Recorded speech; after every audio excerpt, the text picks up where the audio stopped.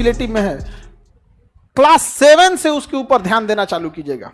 अगर क्लास 7 तक उसको कुछ भी नहीं आता है तो भी टेंशन नहीं लेना है, पूरा बारूद भरा है उसमें। 7 से पहले पढ़ के क्या कर लिए आप? हमरा तो यादो नहीं है कौन सी था, एगो चैप्टर याद है, नल एंड दमयंती अंग्रेजी का, और कुछ याद नहीं है। अरे उसमें आपको बैठ के सिखाता है कि 4 घंटा 5 घंटा सस्टेन कर लेते हैं कि नहीं। और आजकल का माई बाप सोचता है कि नर्सरी में नोबेल पुरस्कार ले ले अर्थशास्त्र का अगर ऐसा ना कोचले रहता है तो बचपना छीन लेता है। कोई एकदम नॉर्मल रखिए, क्लास 7 के बाद उसको टोकना चालू कीजिए। क्यों? क्योंकि अगर क्लास 7 पे नहीं सुधरा तो 8 में बिखर जाएगा, और 8 में किसी को भी सुधर जाना चाहिए। कक्षा 8 तक आपको हर हाल में सुधरना है, वरना 9th चौपट हो जाएगा। और सोचो 9th ऐसा है ना कि 9th चौपट हुआ तो 10 को चौपट करेगा। यानी ओवरऑल आपके लिए कहां से तैयारी करना है कि लड़का अगर क्लास 7 में भी है तो 50% भी मेहनत कर रहा है तो ठीक है, लेकिन जब क्लास 8 में गया तो अपना 70% फोकस करे। 70% समय पढ़ने में ना लगाए, मतलब जो टीचर बता रहे हैं उसको 70% कम से कम बुझा जाना चाहिए। समस्या ये नहीं है, लोग आरोप लगाते हैं कि मेरा बचवा नहीं पढ़ रहा है। हकीकत में उस बचवा से पूछिए कि मास्टर जो पढ़ा रहे हैं ना उसके दिमाग में नहीं घुस रहा है, वरना डाउनलोडिंग पावर तो उसका गूगल से तगड़ा है।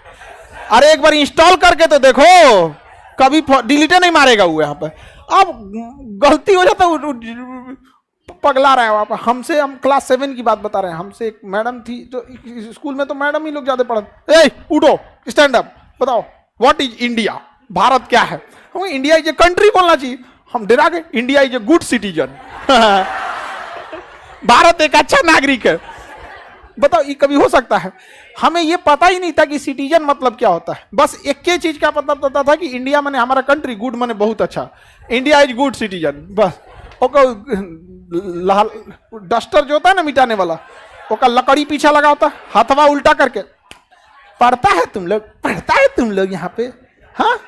और वही हम लोग बोलते पढ़ाती हैं आप लोग, तो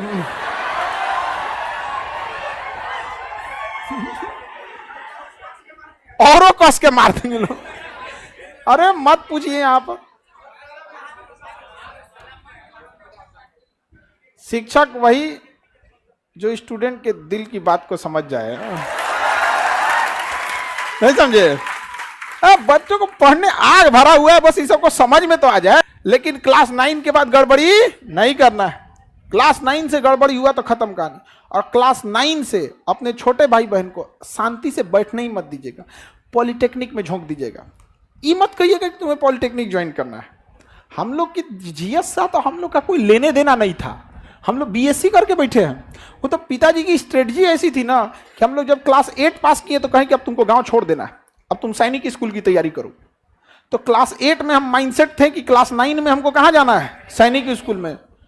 अब नॉर्मल लड़का से अच्छा पढ़िएगा तब ना जाइएगा। अब आदमी कंपटीशन करने लगा, यहाँ पे 9th भी पढ़ना है, सैनिक स्कूल भी तैयारी करना है। भले उधर नहीं हुआ लेकिन कुछ तो सीख गए। उसके बाद कहें कि कोई बात नहीं, 9th में नहीं हुआ कोई बात नहीं, इससे अच्छा तुमको बताते हैं। पापा हमको ना बहुत अच्छा से संभलाते थे। हम फेल होते थे ना तो हमको एक बात का डर खुशी होता था कि दुनिया डांटेगी लेकिन पापा टेंशन नहीं लेगा। पापा कहते तो जो फेल होके आएगा तो पार्टी देंगे इसलिए नहीं कि हम फेल हो जाए, बट इसलिए कि डरते थे कि कहीं मरा वरा मत जाए। इस सब में हर माँ बाप के लिए आपसे कीमती दुनिया का कुछ नहीं हो सकता है। तो वो कहें कि कोई बात नहीं, सैनिक स्कूल से बढ़िया पॉलिटेक्निक है, तुम पॉलिटेक्निक कर लो। तो मैट्रिक में जब पढ़ते थे, मैट्रिक और साथ साथ पॉलिटेक्निक की भी तैयारी कर, पॉलिटेक्निक निकालना है। वो 10,000 रैंक आया, हाँ? तो कहें कि कोई बात, हाँ 8-10,000 के आसपास आया। तो बड़े इतना याद रहता है बुढ़ौती में हम लोग कि कौन सी का रैंक आया था। उस समय तो मैट्रिक का रोल नंबर याद था अब थोड़े ना याद रहता है, लेकिन उतना तो हमको ये नहीं समझ में आ रहा था नहीं कि हो क्या रहा है मेरे साथ, लेकिन इतना समझ में आ रहा था, पिताजी को दिख रहा था कि इसका जो लेवल है वो एक मैट्रिक के लेवल से थोड़ा नॉर्मल उड़ गया। फिर 11th में तुम एक काम कर, एनडीए की तैयारी कर। एनडीए उससे जबरदस्त, देख लेफ्टिनेंट बन जाएगा इतना कम उम्र में, खटाक से लाल बत्ती की गाड़ी मिलेगी, ये वो। हम तो तैयारी कभी छोड़ना ही नहीं है। आप अगर ग्रेजुएशन करके या इंटर पढ़ के घर बैठ गए रहते ना, तो अभी जिस लेवल पे हैं इससे भी नीचे रहते कि नहीं रहते। इसलिए तैयारी छोड़ना ही नहीं है। और हम लोग से कोई पूछता, हमसे एक आदमी पूछे कि सर आप अपना अभी के हिसाब से आप अपने आप को क्या समझते हैं, कहता I am a student of society, मैं इस समाज का एक विद्यार्थी हूं।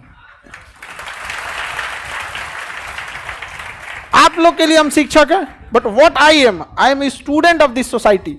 ये समाज हमको डेली कुछ ना कुछ सिखाता है कि समाज इंतजार करता है कि आप कब गिरिए, हम गिद्ध की तरह नोचेंगे आपको। प्रोक्रास्टिनेशन से बचिएगा, उसका उपाय बस यही है कि जब भी आप पढ़ने जाइएगा तो आपका मन अजीब सा होगा कि थोड़ा सा पानी पी लेते हैं, थोड़ा बेड और ठीक से कर देते हैं तब पढ़ते हैं, एक काम करते हैं थोड़ा सा चाय पी लेते हैं तब आते हैं, कपड़ा धुल लेते हैं तब पढ़ते हैं। ये पहला लक्षण है।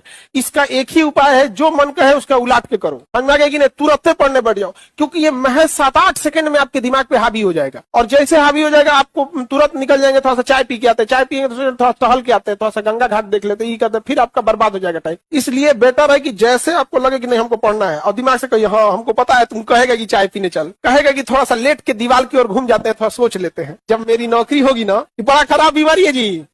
1 घंटा आप इस तरह से पढ़िए कि आपकी जिंदगी का जो सबसे करीबी व्यक्ति है, अगर वो भी अगर खड़ा हो जाए आपके सामने, तो आप उसे दिल से बोलते भाई अभी डिस्टर्ब तब निकल गया, अभी हम ये कर रहे हैं, हम अभी क्या कर रहे हैं, पढ़ रहे हैं। जिस दिन ये भावना रिजल्ट हो जाएगा, आप बिजनेस करके 100 करोड़ कमा लोगे, समाज में उसकी वैल्यू है जो